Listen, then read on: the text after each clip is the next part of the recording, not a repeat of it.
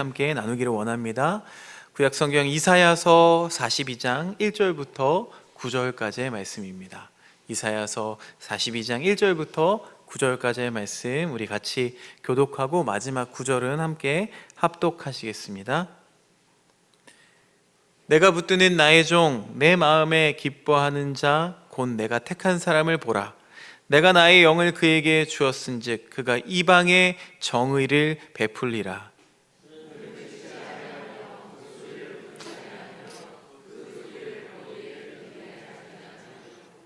상한 갈대를 꺾지 아니하며 꺼져가는 등불을 끄지 아니하고 진실로 정의를 시행할 것이며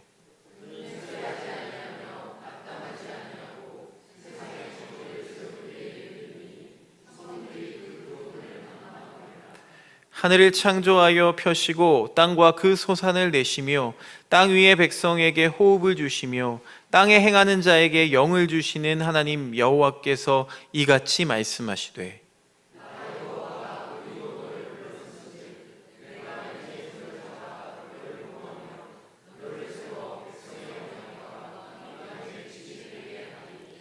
내가 눈먼 자들의 눈을 밝히며 갇힌 자를 감옥에서 이끌어내며 흑암에 앉은 자를 감방에서 나오게 하리라.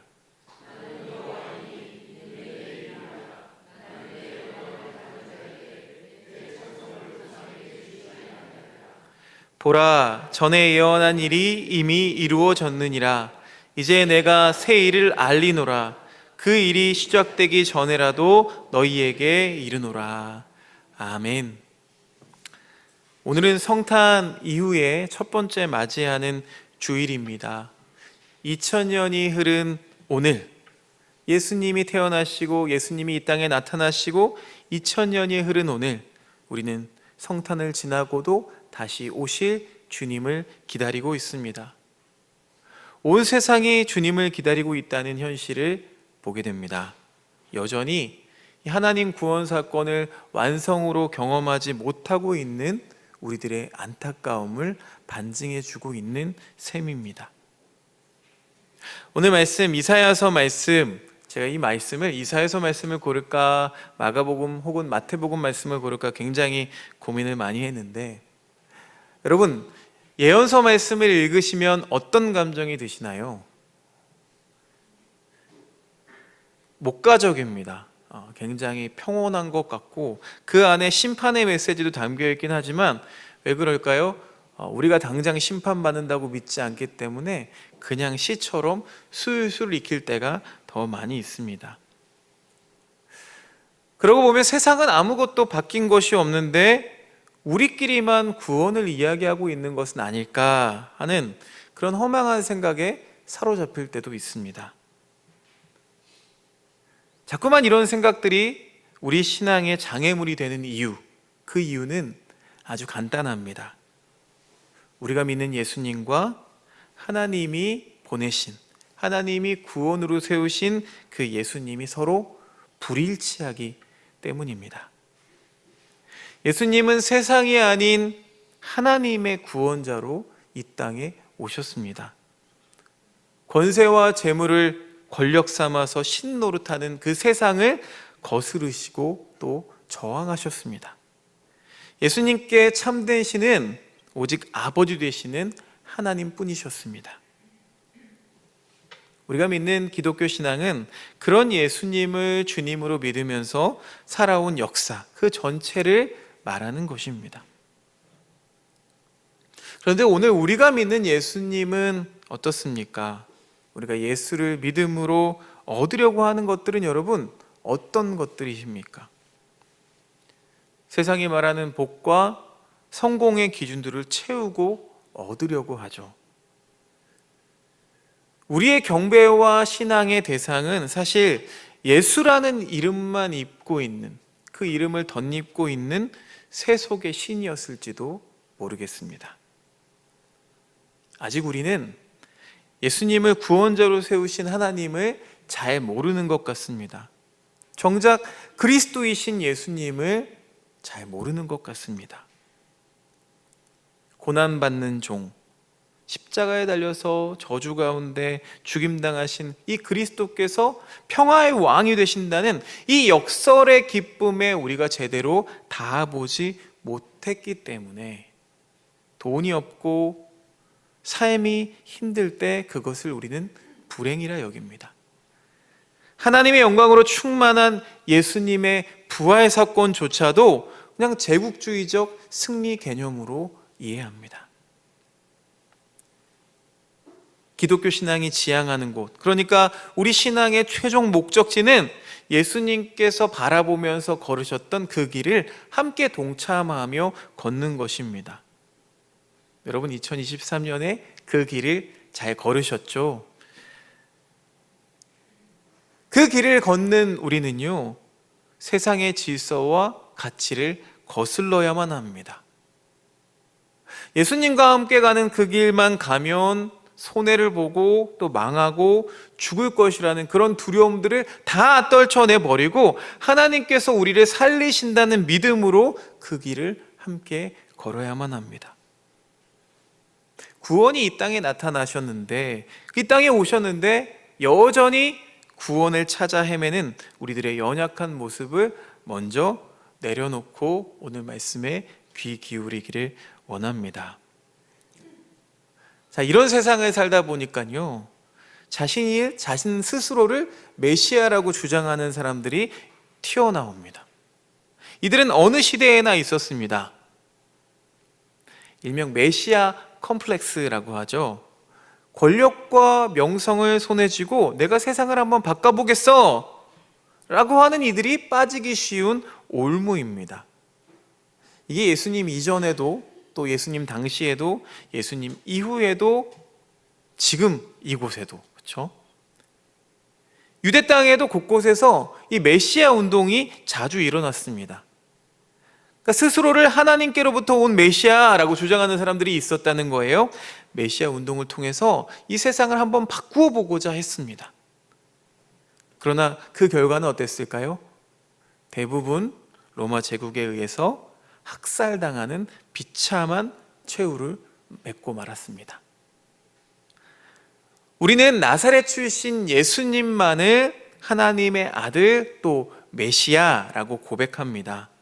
그렇다면 우리가 믿는 메시아와 다른 메시아들의 차별점을 우리가 어디서 발견할 수가 있을까요? 오늘은요, 절기상으로 주연절을 앞두고 있고 주연 후 첫 주일이라고 부릅니다. 보통 예수님의 수세주일이라고도 부릅니다. 이 주일날 우리가 집중해야 하는 한 사건이 있는데요, 바로 주님께서 세례를 받으시는 장면입니다. 과연 이 세례의 모습에서 우리는 무엇을 발견할 수 있을까요? 마가복음 1장 9절부터 11절 말씀을 우리 한 목소리로 함께 읽어보시겠습니다. 시작. 그때 예수께서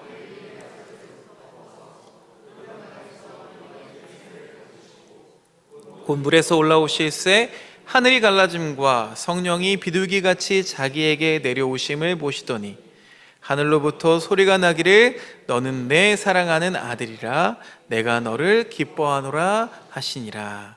아멘.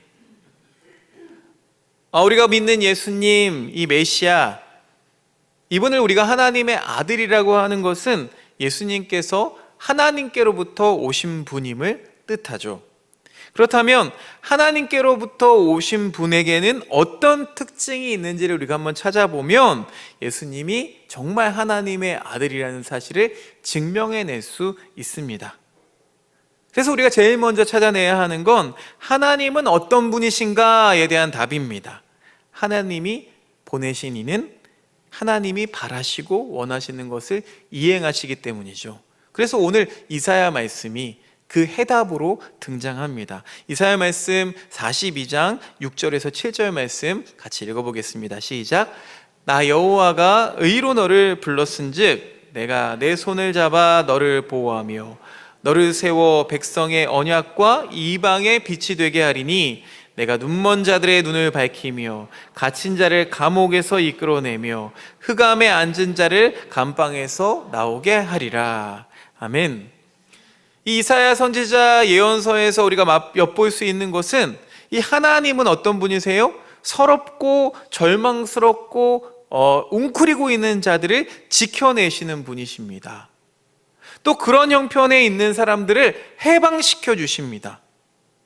하나님은 그렇게 공의를 이뤄내시는 분이세요. 하나님의 공의는 하나님께서 이 온 땅의 만물을 통치하는 방식이십니다. 바로 이것을 알리고 전하는 일이 하나님의 아들, 하나님이 종이 해야 할 일인 거죠. 예수님은 이런 소식을 말하는 것으로 그치지 않으셨습니다.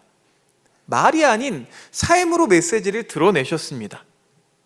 말씀과 삶으로 세상의 모든 만민이 하나님을 알도록 하셨습니다. 이것이 바로 세상의 종과는 다른 하나님의 종이 해야 할 일이었습니다. 예수님은 언제나 자신을 드러내지 않으시고 언제나 자신을 보내신 이가 어떤 일을 하시는 분이신지를 먼저 드러내는 존재로 그렇게 살아가셨습니다. 복음서 말씀에는 예수님에 대한 다양한 호칭들이 등장합니다. 하지만 주님께서는 이 사람들의 물음에 자기 스스로 하나님의 아들이라고 답하신 적이 없습니다. 이 세례 요한이 오실 그이가 당신이십니까? 라고 물었을 때에 주님께서는 자신이 바로 그 사람이다 라고 말하는 대신에 포로된 자가 자유케 되고 눈먼 자가 다시 보게 되고 눌린 자가 자유롭게 되고 있다 라는 이 예언서에 나오는 그 예언들을 언급하시는 일로 대답을 대신하셨습니다. 주님은 오직 자신의 삶을 통해서 자신을 보내신 그 하나님을 드러내는 일에만 오로지 관심을 쏟으셨습니다. 오늘 함께 우리가 노래 불렀죠. 찬양했죠. 상한 갈대를 꺾지 않으시고 꺼져가는 등불도 끄지 않으시며 눈먼 자를 눈뜨게 하시고 감옥에 갇힌 자를 해방시켜 주실 뿐만 아니라 신약 말씀 사도행전에 가면 마귀에 억눌린 자 모두를 고쳐주고 구원하는 일, 이 일들을 감당하신다고 예언서에도 또 사도행전에도 소개하고 있습니다. 그러니까 하나님께서 보내신 이 메시아, 하늘로부터 오시는 분이 하시는 사역에 대해서 소개하고 있습니다. 여러분, 이 이사야서 말씀을 읽거나 오늘 이런 말씀을 접하게 되면 어떤 마음이 드십니까? 생각하면 생각할수록, 곰씹으면 곰씹을수록 마음이 뭉클해질 만한 일들입니다. 여러분 생각해 보세요. 이런 세상을 원하지 않으십니까? 이런 것들을 우리 모두가 그토록 원했죠. 이루기 위해서 몸부림도 쳐봤습니다. 그렇지만 가질 수 없는 것들이었죠. 결코 우리의 능력으로는 이것을 가질 수 없기 때문에 절망할 수밖에 없던 것들이었습니다. 여러분, 이 깨어진 세상, 억울한 삶, 또 형편없이 추락하는 서러운 인생을 구원하기 위해서 우리가 지향했던 것이 무엇입니까? 바로 성공이었습니다. 그 목적지가 무엇이겠습니까? 바로 이런 일을 경험하고 그런 세상을 만들기 위함이었죠. 세상은요, 늘 이런 구원을 이루겠노라 라는 가치를 내걸고 달려왔습니다. 그러나 여전히 구원자를 발견했다거나 또 그런 구원을 이루어냈다라는 소문은 어디서도 들리지 않습니다. 나라와 나라 사이에서도 서로 평화를 내세우면서 수없이 많은 노력들을 경주합니다. 그러나 여전히 세계의 평화는 요원하기만 합니다. 이 땅의 평화 통일에 대한 기대도 신화처럼 아득하기는 마찬가지입니다. 모든 정권들이 평화 통일을 언급했지만 실제로 평화를 이루고 싶은 마음은 전혀 없는 게 아닌지 모르겠습니다. 이 땅의 도덕주의나 윤리주의도 거기에 한 몫을 합니다. 이런 식으로 살고 또 저런 식으로 살면 세상의 구원을 이룰 수 있다고 우리에게 훈수를 둡니다. 그러나 세상의 훈수는요, 세상이 말하는 가치들은 늘 한시적입니다. 금방 모순에 빠지게 돼요. 뿐만 아니라 그것이 부패되어서 결국 가식과 정죄에게 익숙해집니다. 제 아무리 선을 행하고 또 자선을 베풀어도 세상 모두에게 선을 베풀 수는 없는 법입니다. 또 그 선을 행하는 것이 어떤 때는 손쉽게 가능할 때도 있지만 자신의 형편에 따라 속절없이 그것이 불가능해지기도 합니다. 상황이 좋지 않고 여유가 없고 힘이 들면 도움이 필요로 하는 이들이 보이지 않을 때가 많기 때문입니다. 내 코가 석자이기 때문입니다. 종교 역시 이런 함정에서 자유롭지가 않습니다. 세상이 말하는 열심주의가 거룩이라는 옷을 입습니다. 세상의 성공신화나 복이나 은총 따위가 은혜로 탈바꿈하기도 합니다. 결국 이 모든 것들은 자기 스스로의 어떤 종교심이나 구도적인 활동을 통해서 구원을 이루려는 그런 몸부림에 그칠 뿐입니다. 마치 사이비 메시아들의 소문처럼 사람들의 마음을 뒤흔들게 하고 열광하게 하고, 여러분, 그런 거짓 교리들과 거짓 신들은요, 진리를 대면하는 순간 아침 햇볕 아래 안개처럼 속절없이 사라지고 맙니다. 그러고 보면 애시당초 첫 단추를 잘못 꿰인 것 같아요. 그토록 평화를 원하고 구원을 갈망하지만 개인이든 사회든 우리는 모두 다 불가능만을 확인하게 됩니다. 하나님이 하시는 일이란 하나님이 보내신 일을 통해서만 드러날 수 있습니다. 자꾸만 내 스스로 무엇을 이루려고만 했으니까 자유를 갈망하면서도 오히려 더 무거운 짐을 짊어진, 스스로를 구속하는 꼴이 되고 만 것입니다. 오늘 말씀은 우리의 구원은 하늘로부터 임하는 능력, 하늘로부터 오는 일을 통해서만 이루어진다 라고 우리에게 말씀해 주고 계십니다. 이건 종교를 가지고 있거나 신앙의 유무를 떠나서 조금만 정직하게 돌아보면 분명해질 수 있는 문제입니다. 여러분, 애시당초 구원이 우리 손에 있었다면, 나에게 있었다면 구원받아야 할 이유가 없을 겁니다. 그러니까 구원은 우리 안에 없습니다. 우리 손에 없어요. 제 아무리 뜻을 다하고 힘을 다하고 성실하고 모두가 한 마음이 된다고 해도 여러분, 밖으로부터 주어지는 하늘로부터 오는 그 구원 외에 인류의 구원은 불가능합니다. 오히려 이런 한계를 인정하는 곳에서부터 그 구원 사역은 시작이 됩니다. 내 손에 구원이 없음을 알아차릴 때에 그때서야 비로소 내 손 밖에서 구원을 찾고 또 기도할 수 있기 때문입니다. 여러분, 그렇지 않으세요? 이 땅에 민주주의가 성공했다고 생각하십니까? 여러분, 이 땅에 자본주의가 성공했다고 생각하십니까? 제가 너무 인류의 가능성을 부정적으로 보고 있는 것일지도 모르겠습니다.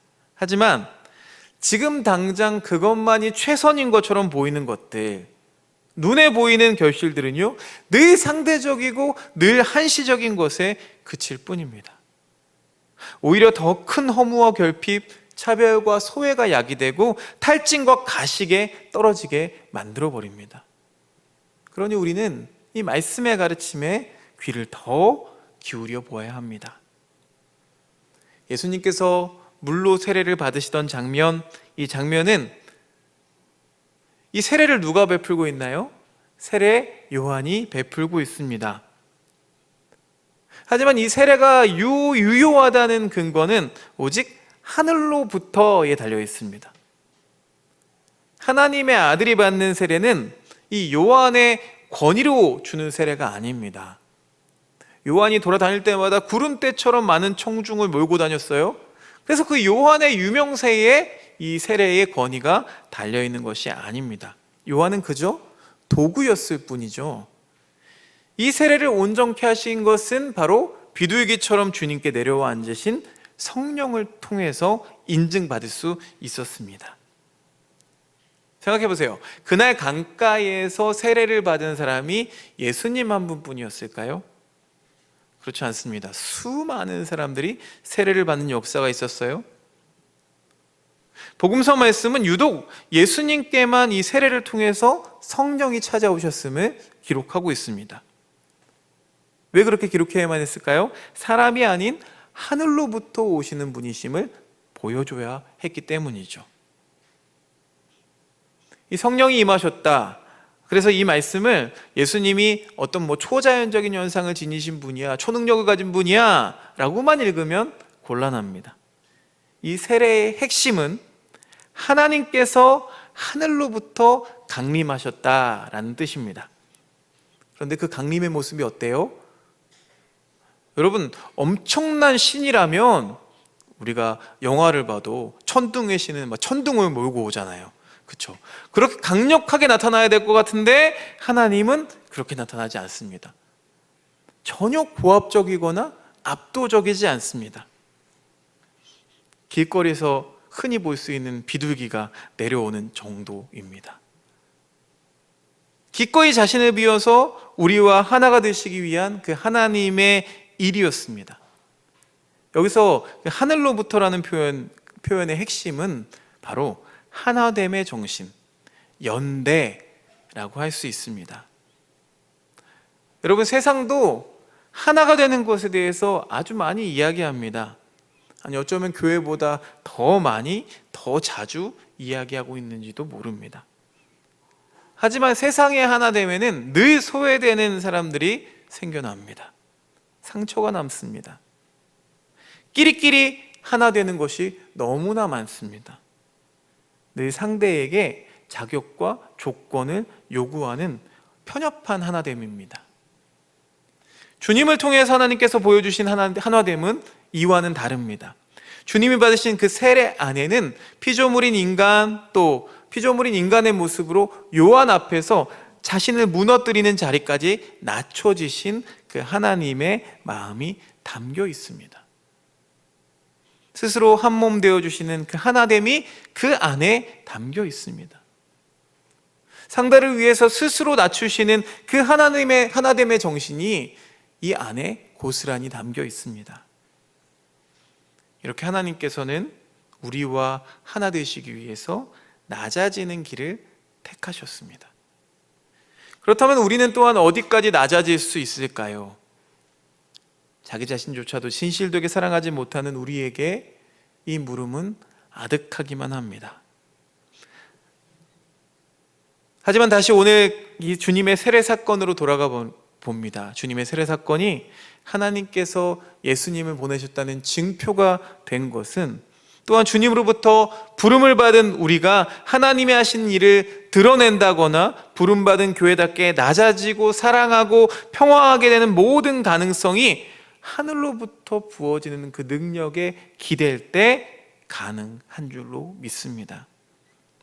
뿐만 아니라 우리가 예수님께서 세례를 받으시던 이 장면을 기억해야 하는 이유, 오늘 우리에게 찾아온 이 시기에 이 본문을 우리에게 주시는 이유는 또 있습니다. 하늘로부터 시작된 그 하나님의 일들이 닿은 목적지가 어디죠? 만약 이 하나님이 하시는 일, 하나님이 하실 수 있는 능력과 이 놀라운 일들이 하늘에서만 그냥 울려 퍼진다면 우리는 또 서러워질 수밖에 없습니다. 우리가 살고 있는 바로 이 땅, 시련과 환난에 힘겨워하고 낯설어하고 좌절하고 무능에 빠지고 통곡할 수밖에 없는 이 땅, 그래서 우리에게는 하늘로부터라는 이 종교적인 수사의 말씀보다 하늘로부터 땅을 향해라는 위로의 말씀이 우리에게 더 필요합니다. 주님은 벌거벗은 몸으로 요한에게 세례를 받으시는 그곳으로 나아가셨습니다. 하늘로부터 오는 하나님의 구원이 저와 여러분의 삶을 향해 강림하셨음을 우리에게 보여주셨습니다. 비록 지금 이 시간 땅에 발을 디딘 채 우리가 살아가고 있지만 이제부터 우리 모두는 주님으로 인해 언제라도 하늘로부터 오는 능력을 입고 살아갈 수 있는 그런 사람들이 되었습니다. 더 이상 땅의 사람들이 살아가는 모습을 우리가 부러워하지 않아도 됩니다. 그들의 삶을 허둥거리며 쫓아가지 않아도 됩니다. 우리는 구원하시는 그 하나님의 통치에 이어져서 연대되어서 살게 되었기 때문이죠. 우리가 비록 죽음 앞에 내몰리는 때라도 구원의 능력이 하늘로부터 임할 것입니다. 이 약속의 표징이 되어주시고 세상 끝날까지 이 약속을 지켜내시고자 주님은 우리 안에 이미 찾아와 계십니다. 그러므로 언제 또 어떤 상황에 있더라도 땅의 것으로 결론 삼지 마시기를 주님의 이름으로 부탁드립니다. 언제나 이 하늘로부터 오는 능력을 기대하십시오. 그 힘이 우리를 반드시 구원해 주실 것입니다. 함께 기도드리겠습니다. 하나님, 우리는 참 어리석은 자들입니다. 늘 구원을, 늘 행복을 바란다고 말하면서도 진짜 구원의 길, 진짜 행복의 길을 외면하며 살았습니다. 참 구원은, 진정한 행복은 우리의 욕망을 채워가는 것이 아니라 우리 자신을 하나님께 바치는 것, 우리 자신을 이웃에게 선물로 내주며 사는 것임을 오늘 말씀을 통해서 깨달았습니다. 구원은 먼 곳에 있는 것이 아니라 바로 오늘 이 자리에 있는 것임도 알았습니다. 우울한 세상, 슬픔이 가득 찬 세상, 기쁨으로 잘 건너게 도와주시고 우리의 존재함이 세상의 기쁨이 되도록 우리를 사용하여 주시옵소서. 예수 그리스도의 이름으로 기도드리옵나이다. 아멘.